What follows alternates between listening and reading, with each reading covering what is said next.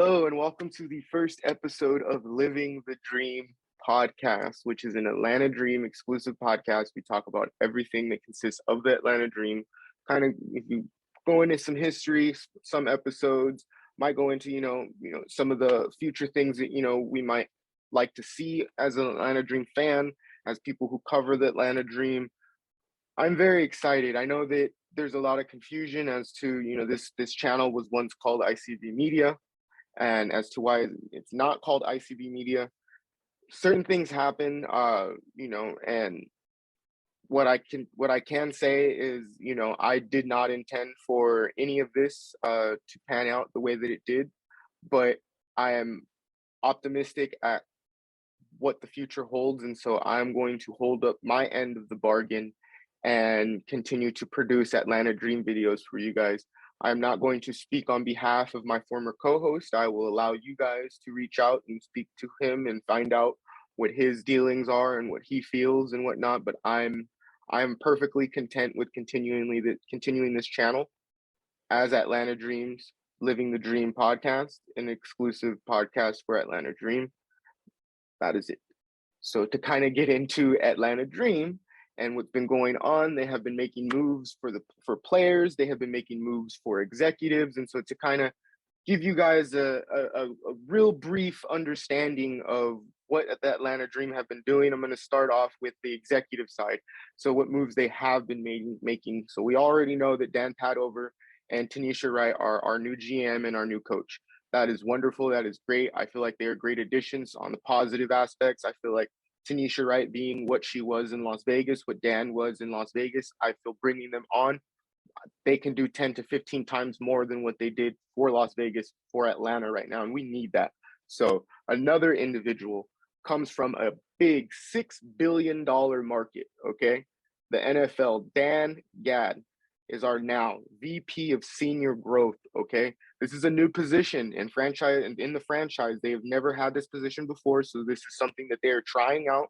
It is literally from the ground up, but they're starting it with the right person.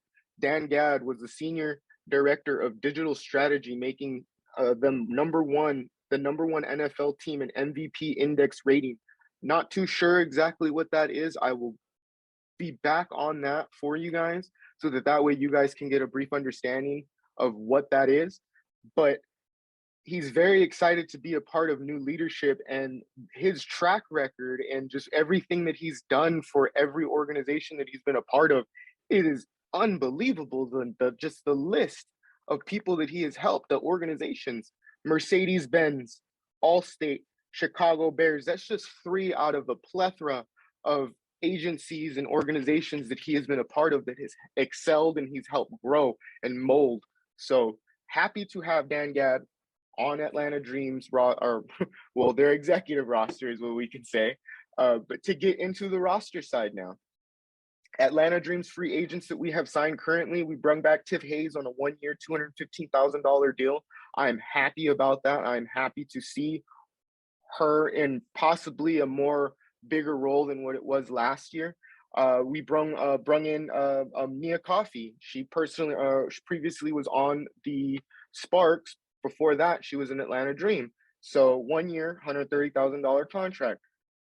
Positive role player, someone who can, play for you when you need them to play, and that's what I feel personally we didn't have last year. So Monique Billings, 1 year, $140,000 contract. I love that we brung Mo back.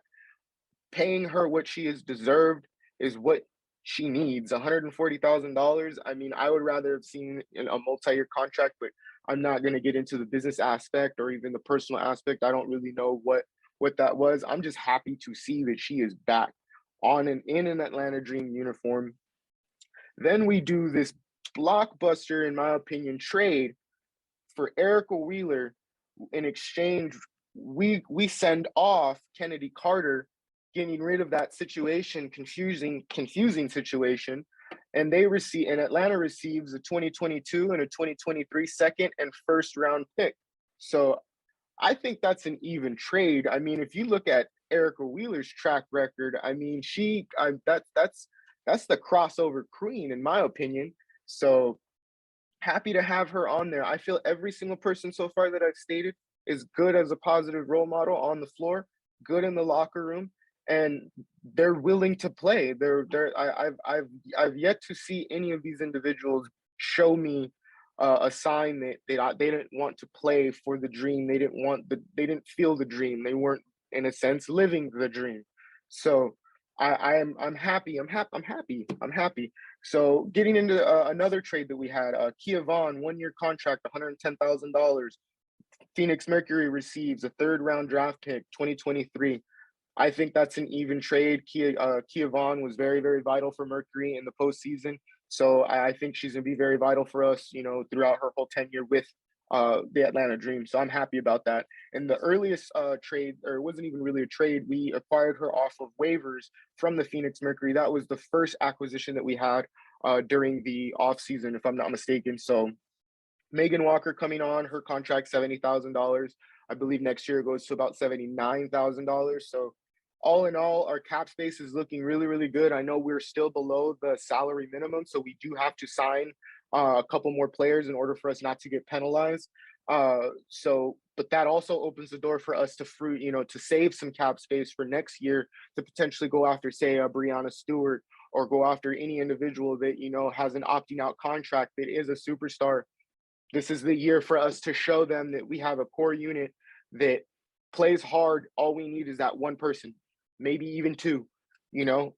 So I am optimistic about the Atlanta Dream this season, and I'm hoping to see some very, very, very fast-paced basketball, especially since Erica Wheeler is going to be a part of the team now. So a lot of people are speculating, okay, well, what's going on with the Ari McDonald situation now that we've signed Coffee? I think that our coach will figure this out. We have players. We got and no disrespect at all, we have some dogs on the team, so they're ready to play. I really think they are. I'm constantly seeing videos and watching past footage of all of these players, and I love it. I really, really do. I really am happy, and I'm very optimistic to see what this team will do this year. And I do not think they're going to be what they were last year at all. Like I said, optimism is key, and that's the key that's going to be opening my doors every time that I watch Atlanta Dream this year. So I'm going to end this video here, you guys. I will see you guys in the next one. And again, welcome to Living the Dream podcast, an exclusive Atlanta Dream podcast. We'll be getting into everything Atlanta Dream. Hope you guys like this. Go ahead and follow me. I got my tags and everything there.